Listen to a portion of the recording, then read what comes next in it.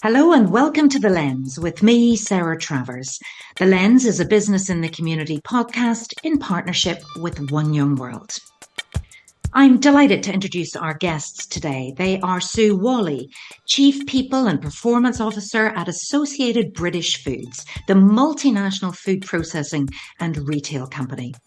And joining Sue, we welcome Renée Davis, founder of Out the Box, an organisation that equips Black creative, entrepreneurial and professional talent with opportunities and connections. In this episode, we're discussing women and race in the workplace. It's a hot topic. To find out more, let's get into the conversation. Sue, Renée, you're very welcome to The Lens. So, as always, we find out a little bit more about our guests before we begin. So, Sue, I'd love to start with you if possible. It's great to welcome you on The Lens today. But if you could please tell our listeners, firstly, about yourself and how you've come to be in your role at Associated British Foods. And if you want to share a little bit about your background and what you do outside of work too, that would be great. Thanks, Sarah. And, great to be on this podcast and delighting to be sharing this with Renée as well. I'm in my third career. I started in consulting at McKinsey. I had an amazing time working with some great clients across multiple industries, retail, consumer, healthcare, oil and gas, all across the world. I have a real thirst for learning about businesses, how they operate to deliver value, and also how they operate across cultures and the role that people play, because at the end of the day, it's people who deliver performance in organizations. I left to get a real job, as I like to say, also when my kids were small and I needed to stop traveling. So I joined Royal Mail. I knew it was going to be a very challenging organization to work with all of the changes at the time. This was back in 2007, with the growth of email and e-commerce. I spent 5-6 years working on the IPO, the sale of shares in that company that had been government owned. And then I ran the UK operation for 6 years, leading a period of huge change and transformation. And one of the things that I learned was that culture change and involving people from diverse backgrounds and experiences was really, really important in the transformation that we went through during those few years. When it was time for another change, I decided I wanted to work internationally again, and this opportunity emerged to join ABF in a broad people and performance role. So about half my role is focused on what you might think traditional HR. The other is much more commercial and operational. I look after procurement, health, safety and environment, and our global security organization. During this time, I've also joined the board at Centrica, which is a UK-based energy company right at the heart of energy security, but also energy transition. From a family point of view, we are 4 kids. We've had 2 careers and 2 dogs. And, it's been super challenging, actually, over the years to balance those 2 careers, to bring up the kids. I love music of all types. I love baking, and I've also got a new love of running. That is incredible. So you've come late to running, have you? Why do you love it so much, do you think? I think that as leaders in organizations, we have to put on our own oxygen masks first, because if we don't look after ourselves, how can we possibly look after other people and try and support and encourage and motivate other people? For me, part of that's been doing something for myself, recognizing that sort of trying to stay fit and healthy is really, really important. You're such an inspirational woman to have your 4 children, to have led in such high profile organizations and through periods of transformation and change. And how do you feel as a woman in the workplace? How has that changed for you over the years? I think we are getting better. I think we're making some progress. There are so many times in my career where I've been the only woman in the room. I've been the first female on 3 different executive teams, and that's been tough. And one of the reasons I think I've stayed executive for so long is that I strongly believe that organizations do need a broader range of talent at the most senior levels. And I do believe in the importance of role modeling. It's hard work, and I do worry, that it doesn't take much to go backwards, and we need to keep being very purposeful and very intentional around this area, because there are barriers to it that we all need to overcome those barriers. We're definitely not there yet. And just to expand a little bit, for those of the listeners who don't know some of the very familiar brands under the umbrella of Associated British Foods, could you elaborate for us? Yeah, sure. So ABF, at the end of the day, our purpose is to feed, hundreds of millions of people every day with good quality, affordable food, and to give access to affordable, great fashion to millions of people. That's why we exist. We're a business that owns a whole range of brands. Hopefully, many of them are familiar to you, like Primark, Kingsmill Bread, Patak's Blue Dragon cooking sauces, Twinings tea, Jordan and Dorset cereal, Silver Spoon sugar. And we also have a number of specialty ingredients businesses, agri businesses, bakery ingredients, flour, and so on. We operate in 55 countries. We have 138,000 fantastic colleagues across the world. About 57% of those colleagues are women. And we're in the FTSE 30s. We're partly owned by a charitable trust, which means that a lot of our dividends go to charity. And we are all about creating sustainable businesses for the long term. Love that. Okay, thank you so much, Sue. We're going to come back to you on a few of those points that you made, but let's bring Renée into the conversation. Renée, I'd love if you could share a little bit about who you are, about what Out the Box is and what your responsibilities are there. My background actually started off in journalism. That's what I went to university to study at DMU in Leicester. I had a joint honours degree in media and journalism, and I'd say that was kind of the impetus of Out the Box, unintentionally. So on the course, I really found it difficult to find my footing and get good grades and to be palatable to my lecturers, because a lot of the things and the subject matters that I would write about would be around the Black community in Britain. And it was hard for them to digest at times. So just to keep my craft sharp and just to keep my spirits up, I started a blog and I called it Out the Box because I felt boxed in on the course. And later on throughout the years after graduating, I started to use the blog as just something that I was just sharing my personal thoughts on, social commentary. And then I started to interview amazing people in my vicinities, in my networks, in my friendship groups and my families who were doing amazing things with their creative skill set. So whether that was starting a fashion line, whether that was setting up a photography business or a filmmaking business, I made sure that I was platforming them just so society could see how amazing young Black people were. And I think one of the things that really sparked me to make something of it was the 2011 riots that took place. And I felt really discouraged when I switched on the TV because I knew that the only time we were platformed in such widespread ways was when it was for something like violence or crime, or if we were platformed, it was very niche music, sports. And I knew that there was so much more to our community.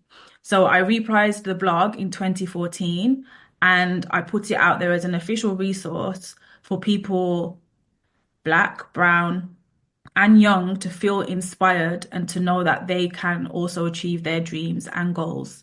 And it did so well because I think at the time there was a lot in the US, but there wasn't really a lot here that was platforming people across the UK, and not just London centric as well, because I'm from Birmingham. So I always try and highlight where I'm from and who's coming behind me and who's in my network.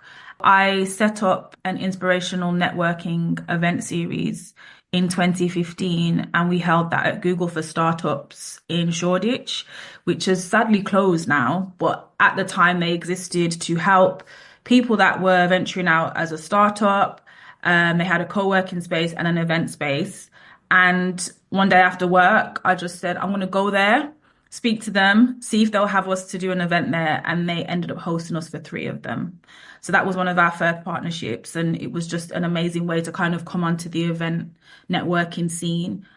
So my motivation was my community. It was young Black professionals and entrepreneurs who I knew deserved to be showcased in the right ways and to be able to tell their truth without the lens of the media.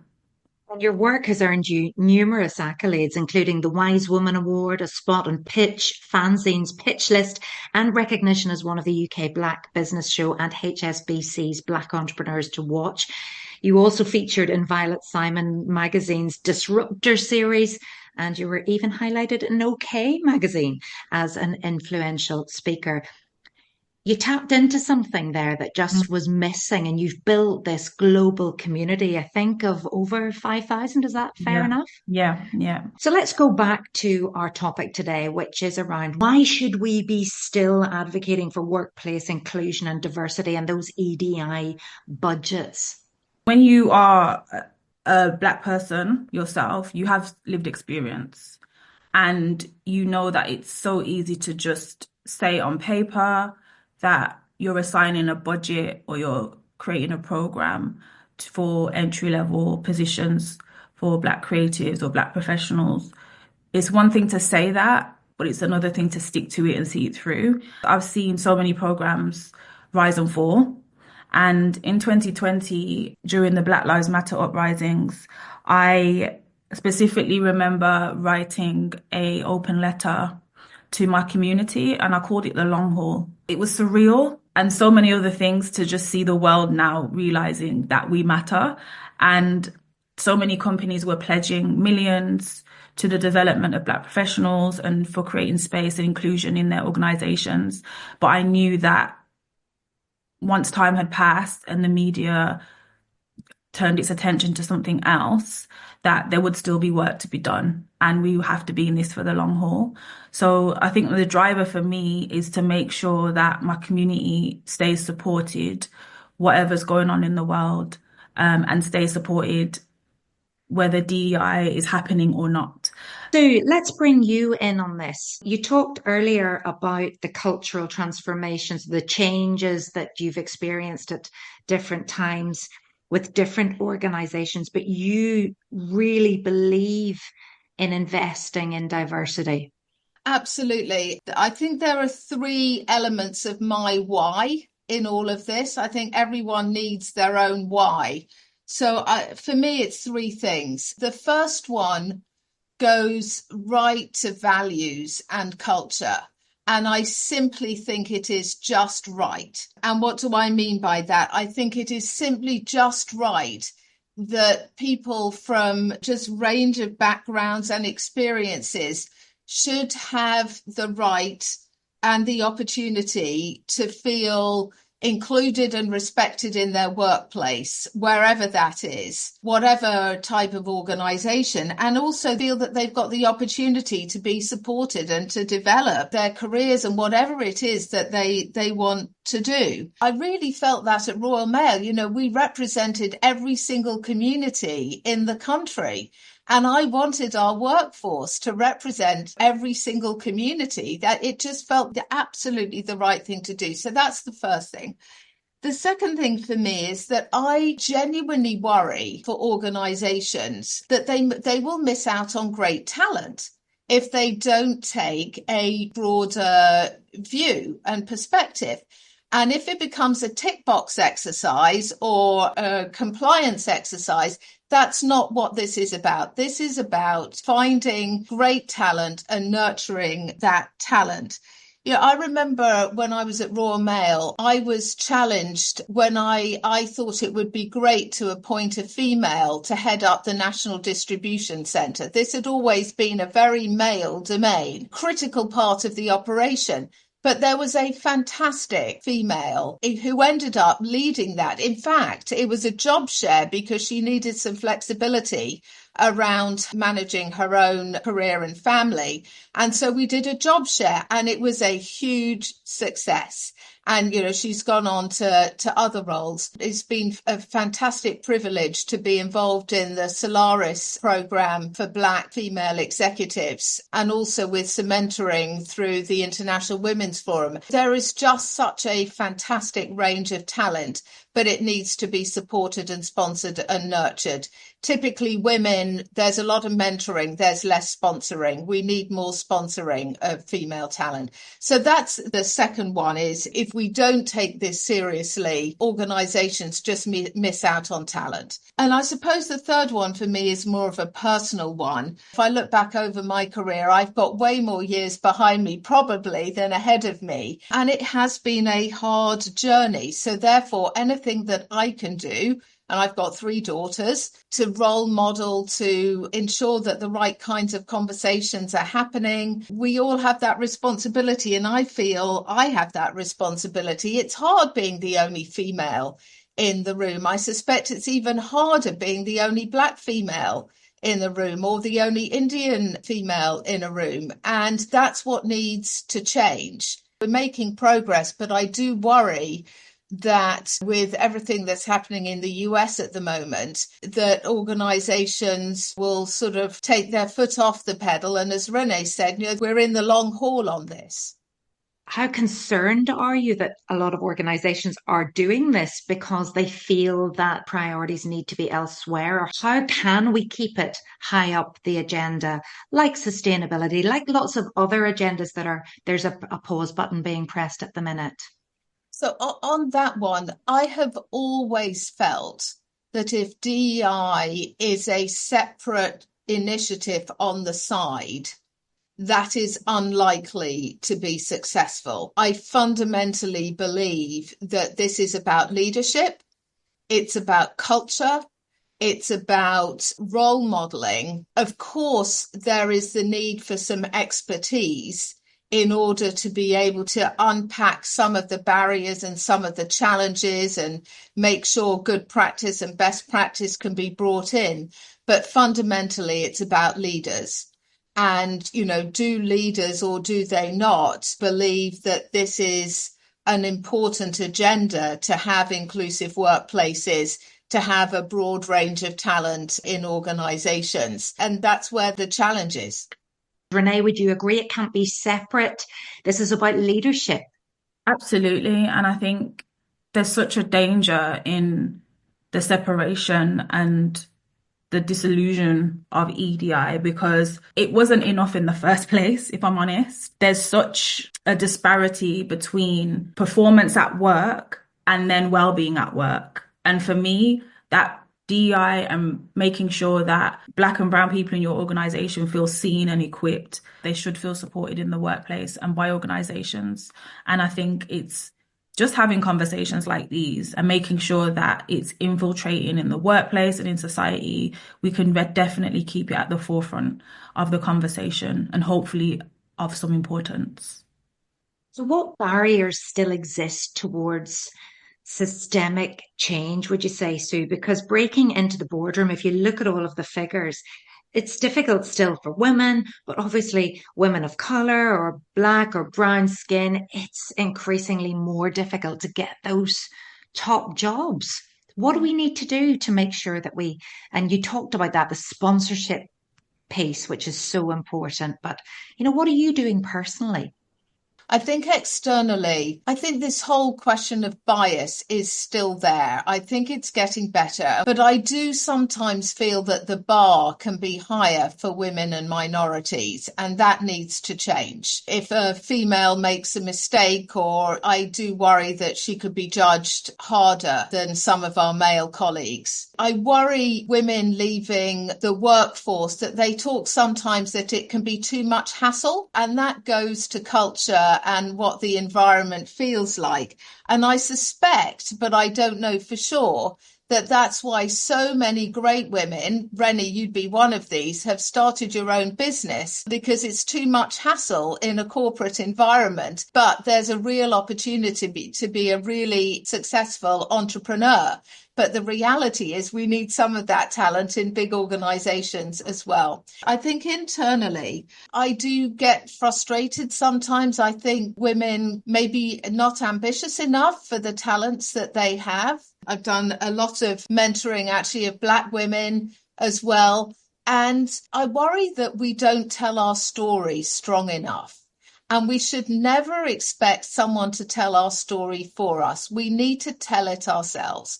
We need to be confident. We need to explain what we've done, how we've done it, and just be really strong in that. And I do worry that that's a gap, and some women can feel, unconfident and a bit shy in really putting their own narrative forward. And I think that needs to be addressed. And I think the other one that is difficult is this ongoing challenge that a lot of, not only women, but I think a lot of women have, is just balancing the challenges of family and their work life. So what am I personally doing about it? Trying to champion and lead from the front in what I do, my own role. I am endlessly curious on this topic. I've always been curious as to why it is that women can find it difficult in an executive environment and in a workplace. And I like to find out about that.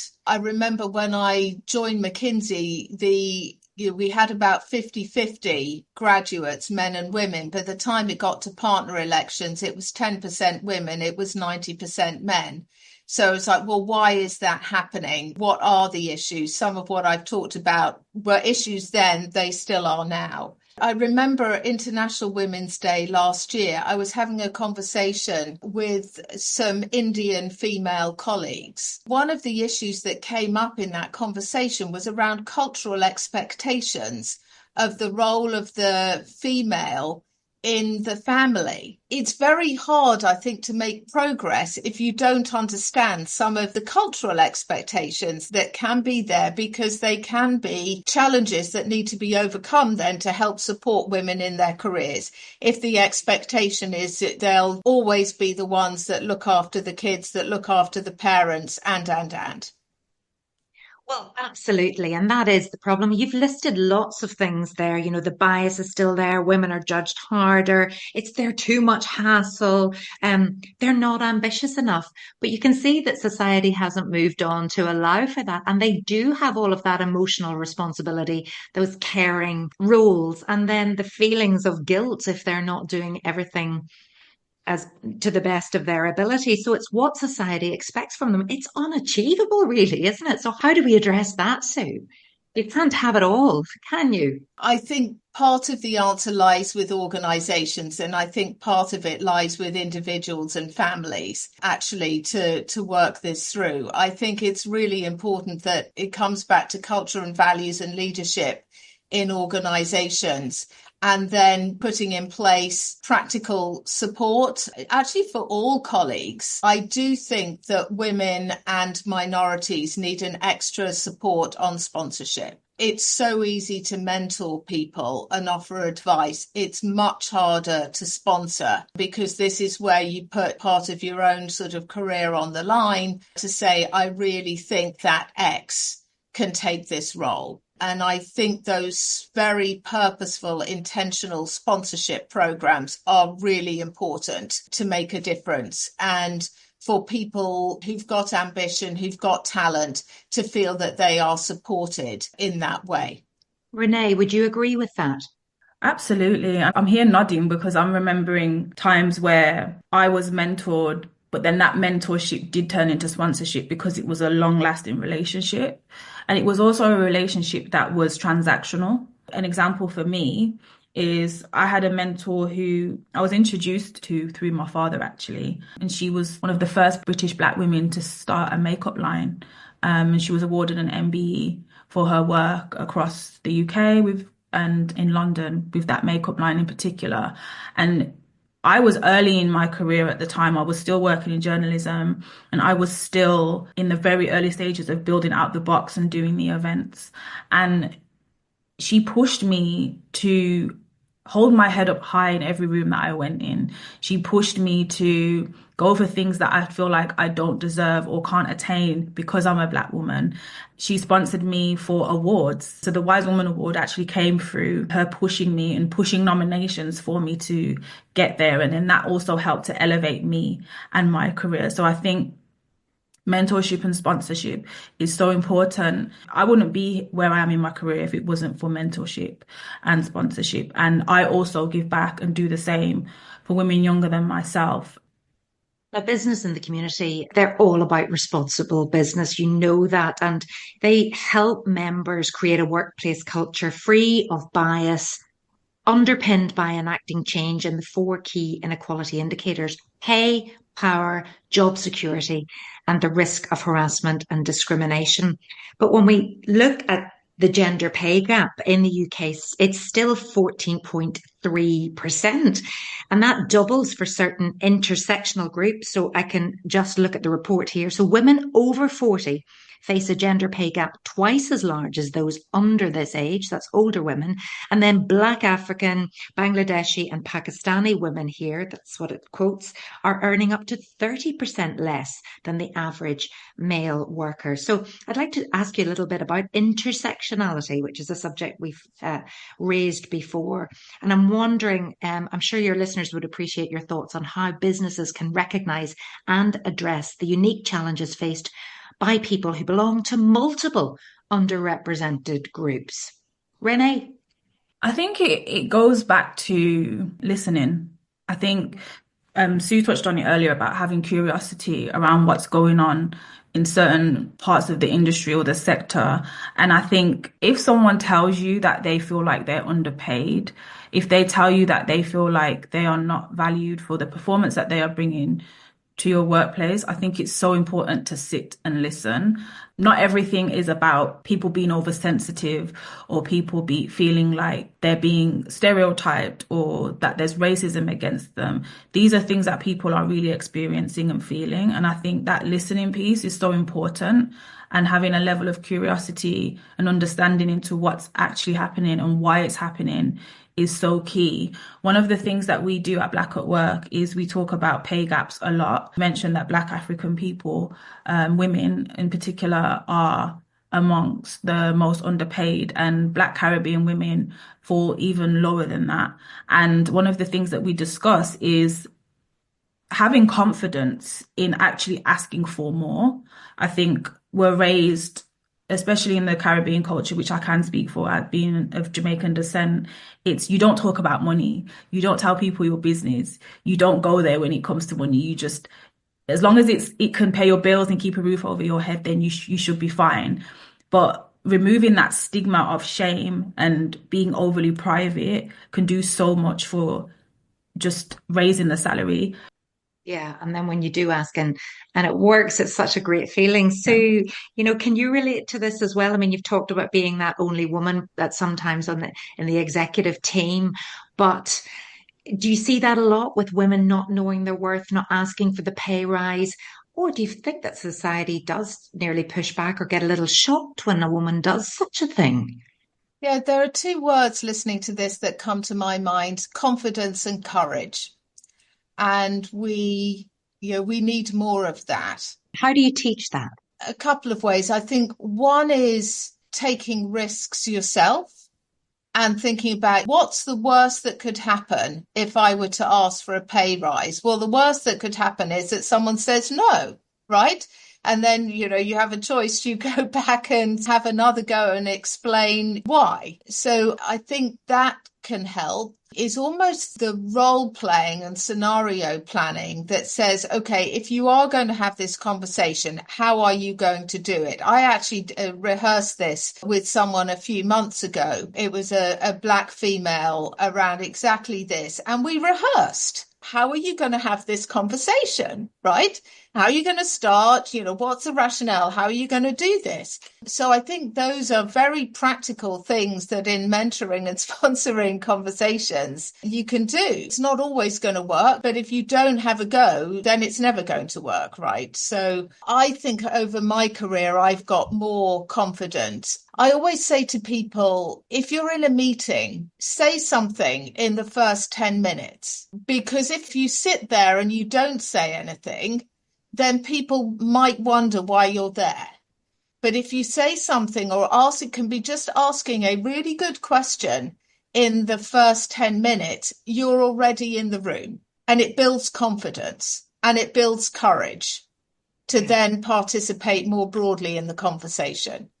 There's the Mel Robbins 5, 4, 3, 2, 1 that you just have to say, I'm going to do it now. And you have to do the countdown and then you say it.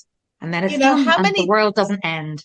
Exactly. And how many times have women sat in meetings and someone asks a question or makes the point and you think, well, that was my question or that was my point, but you just haven't got in there soon enough. Worried that it's a stupid question. Exactly. So that says it all. I'd really love if you could share now your thoughts on how can a business know that it is being successful in addressing gender and race in the workplace? And do you have any secrets to good measurement? Sue? The first one is what might be called lagging indicators. So these are numbers on representation. So broadly speaking, what's the percentage of women, of minorities, people who represent multiple minority groups in a workforce? And initiatives such as the Hampton Alexander, the FTSE Women Leaders, the Parker Review, I think have all been quite good stimuli to encourage organisations to be able to to measure progress on these areas. And I do think that's important. The second one, which I actually think is probably even more important, are the underlying indicators of culture and inclusion.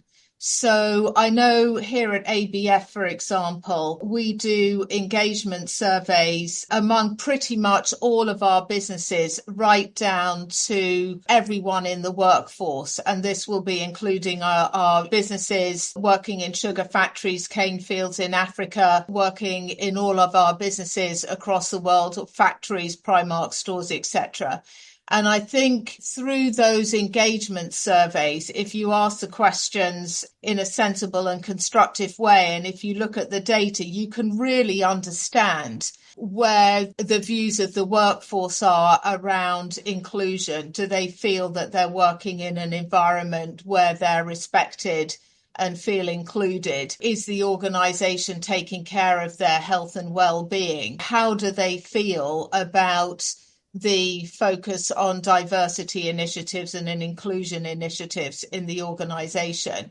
We look at that data with real curiosity, but it's not good enough to have the data. The question is then, what do you do about it? And how do you move from we ask and we listen to we act on it? That's where we've seen businesses do some amazing things actually to address some of those views of the workforce. So I think that is a very good way of understanding the progress that is being made. Renée, I wonder if I could even bring you in on that measurement question as well, and maybe also ask you, what bold changes would you like to see in the next decade or indeed sooner to create truly equitable workplaces for everyone? I always ask this question. If you live in a major city and you go outside or on your commute to work, does your workforce look like the people that you see on your commute to work? And if not, there's a serious problem, because there's no reason that it shouldn't.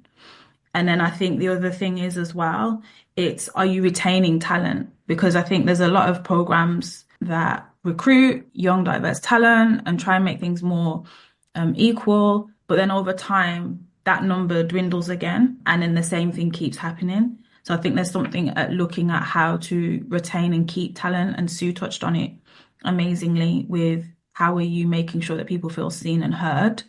And then I think a major thing that I want to definitely see shift and change, I think it's more women in leadership. I think we're slowly creeping up and getting there. I would love to see more women from the global majority in the boardroom, in an equal way. And I would love for there to be programs that are here to stay and not programs that are done as a tick box exercise and then the budget dries up and then it's on to the next thing. I would love to see things that are more sustainable and long lasting. So then we can fully see the impact and we can see the purpose of what it was actually meant to do. Sue? Look, I think we've made good progress on boards. We need to see more females, more women of colour, black, brown women in leadership roles, CEOs, CFOs, other executive team leaders in organisations. I really hope that business leaders and organisation leaders, politicians, community leaders, leaders in so many different spheres of life will see this, organisations representing their communities, as being important. We talked about during this, that goes to leadership and values and culture, because if it doesn't start there, it's very difficult. Would you have any questions for each other at this point? Renée, have you wanted to ask anything of Sue? I see you as somebody that's definitely trailblazing and you hold your own and you stand your ground. I'm sure you're in rooms with leaders, similar leaders from different organizations all the time. And I assume that many of them are men. If you could say anything based off of what you know of your experience at this point in time in our society, what's the one thing that you'd say to them that's pressing and important? It's such a good question, Renée. A question I have asked from time to time is, how would you feel if this was your wife, your partner, your daughter, your niece? Wow, love that. Love that too. Sue, would you like to ask any questions of Renée? I'm sure lots. Renée, it's been so inspiring, actually, partnering with you on this. If you could give me one piece of advice as a leader, what would it be? I think to not change your viewpoints and your stance, but to also pass that on to other people and encourage them to have the same energy and stance as you. Because I think there's power in numbers and we need more allies. And I think just collect them up, gather them up and equip them the same way that you are. She'll do that. I can see she's writing that down straight away. And we're coming to the last couple of questions that we ask all of our guests, and it's been a real joy talking to both of you today. But our listeners love to read, they love to learn, they love to improve. So if you could recommend a piece of research or a book or a report or something that has inspired you to be more responsible, what would that be, Sue?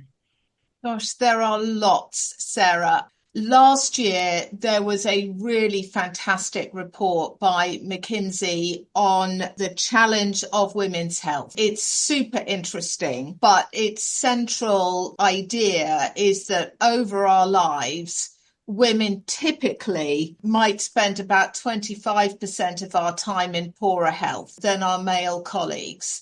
And so really understanding what that means, whether it's through the menopause, whether it's through childbearing years, because that time when it can be difficult, is time when women are not being productive in a broader society and set of organizations. So I think that's quite a good read.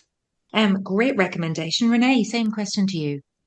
One of the things that actually stuck out to me or came back to my memory was the Crown Act. So the Crown Act Coalition, along with Dove, they have been working, it's definitely in America, but there's parts of it that have happened here in the UK. They've been working to end hair discrimination for mainly Black women with textured hair, like myself. And there's been so many barriers with people getting access to roles. There've been barriers with people showing up at work in a way that feels comfortable just because their hair type isn't accepted or Afro curly hair isn't acceptable in many organizations. They did a Crown Act report about 2 or 3 years ago, and they did the research along with LinkedIn. And the discoveries on that are shocking, to be honest with you. So thank you for sharing that with us. And final question then. As responsible leaders, what are you personally committed to doing more of or less of in the coming year? Renée. Sharing more of my story. I notice a difference when I'm more vocal online or within my community. So I'm definitely holding myself accountable, and I can't not do it now because I've said it on the podcast. So You have yeah, to do sharing it. more of my story and putting my voice out there, that bit more. It requires bravery again, and it requires vulnerability and all of that. And so that can be difficult too. You think, oh gosh, will I tell them when I struggled the most? But actually, Yeah. that's how women and those who are marginalized will feel empowered. I'm sure you agree with that. But same question to you, Sue.